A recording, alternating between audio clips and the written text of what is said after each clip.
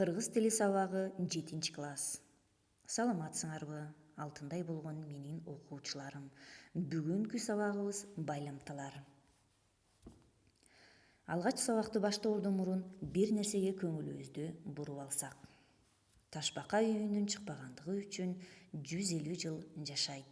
Үйүңүздө болуңуз.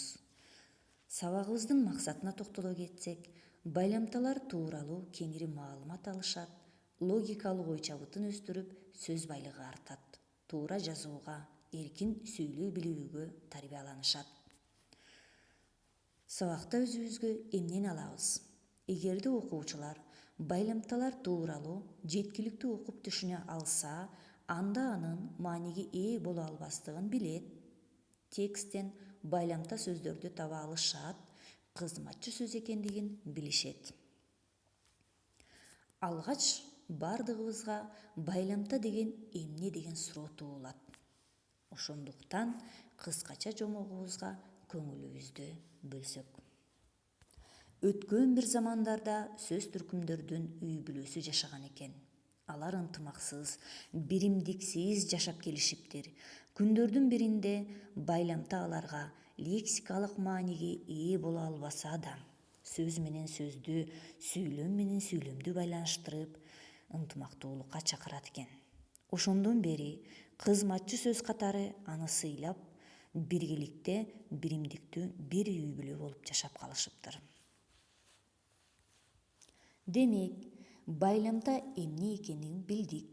Ал сөз менен сөздү, сүйлөм менен сүйлөмдү байланыштыруучу, лексикалык мааниге ээ болбогон кызматчы сөз экен. Берилген макалдан байламтаны табабыз. Тууган катары кучакташтырганда тил, душман катары салыштырганда тил. Бул жерде да деген сөзүбүз байламта сөз экен. Мына ушул сыяктуу силер менен биргеликте азыр байламта сөздөрдү таап көрөлү. Ал эми, бирок, ошондой, анткени менен, ошон үчүн, дагы, болсо жана башка сөздөрү кирет экен. Мен сабагыбызды жыйынтыктоо үчүн төмөндөгүдөй суроолорду берейин. Байламталар лексикалык мааниге ээ боло алышабы? Байламталарга кайсы сөздөр кирет? Сабагыбызды жыйынтыктоо менен сабактын максатына жеттик деп ойлойм.